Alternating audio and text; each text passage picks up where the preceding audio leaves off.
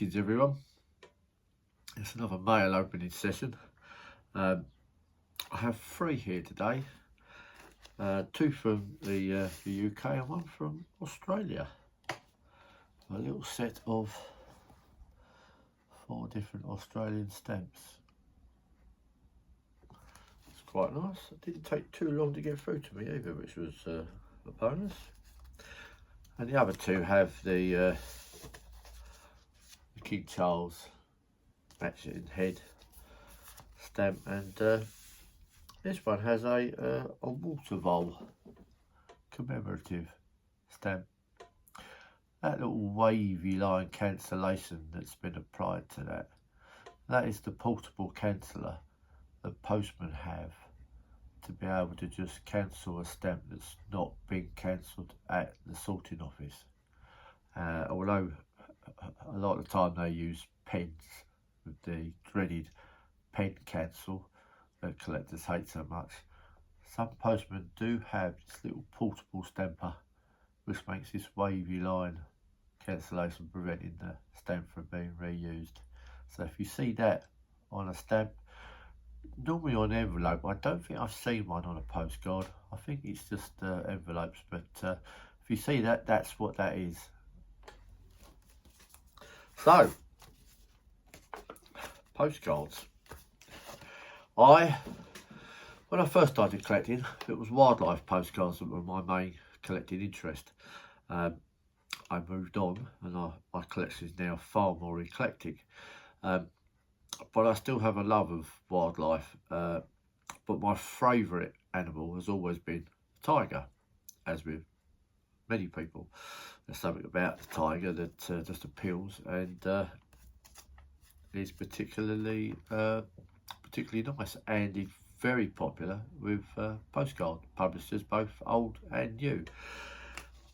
And these mail items are all tiger related.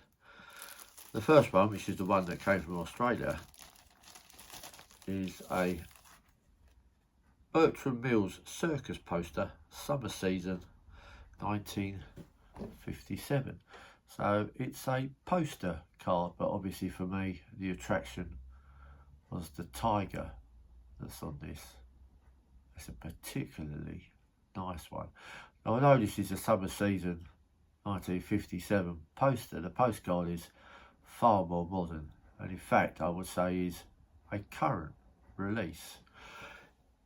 If you see this style of postcard back on any card, regardless of what it says, and a number of these are on eBay as vintage, the illustration may be vintage, the card itself is not. This is someone who's taken some absolutely delightful images and has been producing them as postcards to sell. These are around £3 each. It's a lot of money for a modern card, but if you like the design, then there's nothing wrong with that, and it's the only way that you're going to get some of these particular images on postcard. But certainly do not buy a card with this back if you believe it to be a much older card. I think these are probably printed to order. You order one of these cards and they will print one off. There's nothing wrong with that, and it's a nice card. I love it. It's going to go straight into my tiger collection and I'm more than happy. But don't be tricked into thinking that it's a vintage issued card. It's a modern postcard with a vintage image on it. It's the terminology, but I like that one. But obviously, if you like vintage cards, this one was nicely sent to me in a plastic sleeve, which I do like. This one is a vintage tiger card. It's a tiger artwork. I prefer the old artwork cards to the old photographic cards of tigers. I have a large number of both, but it is the painting ones that I find more attractive or appeal to me more. And this is a particularly nice one. This one's from Europe, but would have been sold in here in the UK. Series 409. It's a nice little logo there. And this is Postcard. On the back it says Postcard in a number of different languages, so it could have been sold in multiple countries. This was not unusual, and more so for the cards produced on mainland Europe rather than cards produced here in England. Cards came to us, but I don't think our cards went over to there quite so much. The import of foreign cards was far greater. But anything that shows a tiger is going to be of interest to me. That is a nice old card. Now, I'm going to put that back in its plastic sleeve because that's how you protect cards. The circus postal one will go into a brand new one. I have a box of these, so for when cards arrive I can put cards in them. There are different sizes of these plastic sleeves. This one here is a much smaller one, as you can see. I normally myself buy the larger size ones because I tend to buy a lot of modern cards and they do not fit into the smaller plastic sleeves. But if a card arrives in a smaller one, I'm going to keep it in there because that saves me money on the huge number of plastic sleeves that I go through every year. Right, the last one, if I can just get it out of this envelope, just bear with me, I just want to be careful with this one. I have tiger postcards from all eras. If I go to a zoo now and there's a nice tiger postcard, I will buy it. And obviously I buy older ones because this one is a very old tiger card. But I think this one, which is, as I say, is a recent buy because it's just arrived, may be the oldest tiger postcard in my collection now. Greetings from the Zoological Garden, although it's printed in German. It's Glashüsten Zoologischen Garten, and that would be atrocious, but that's how it is there.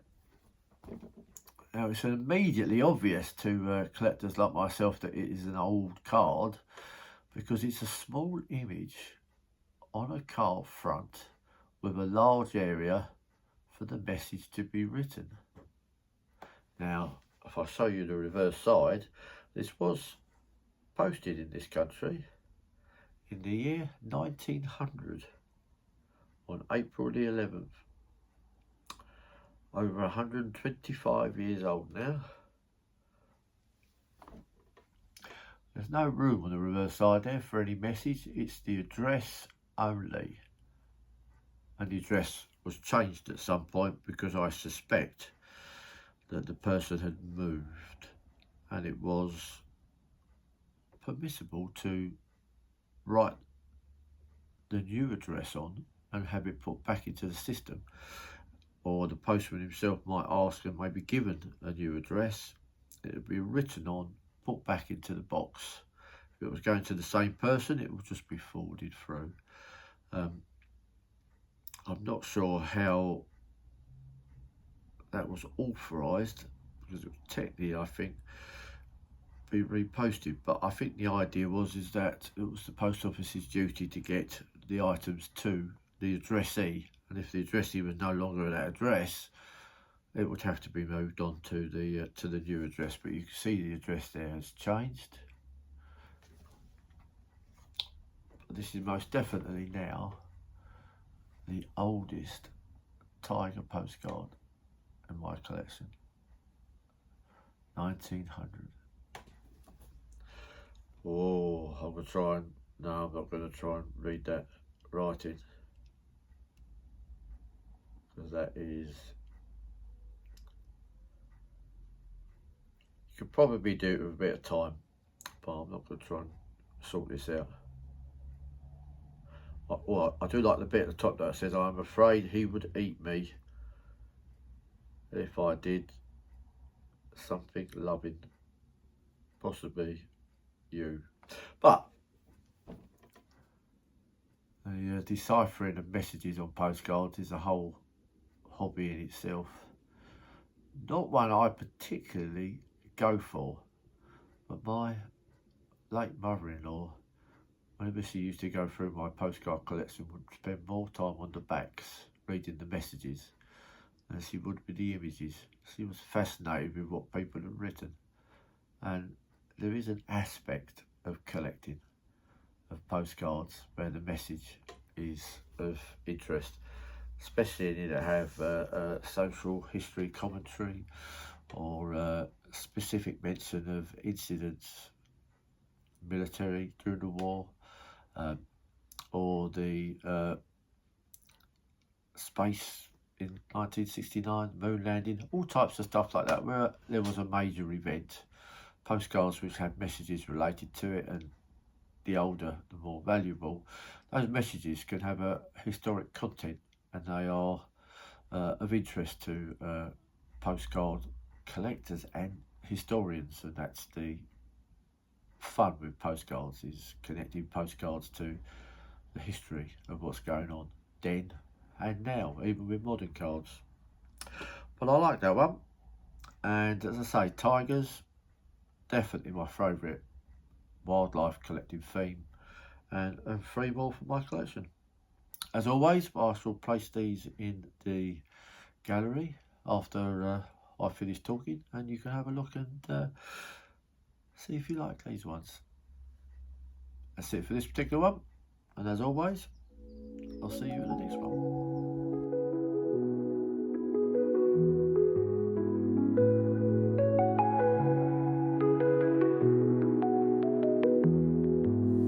Postcards from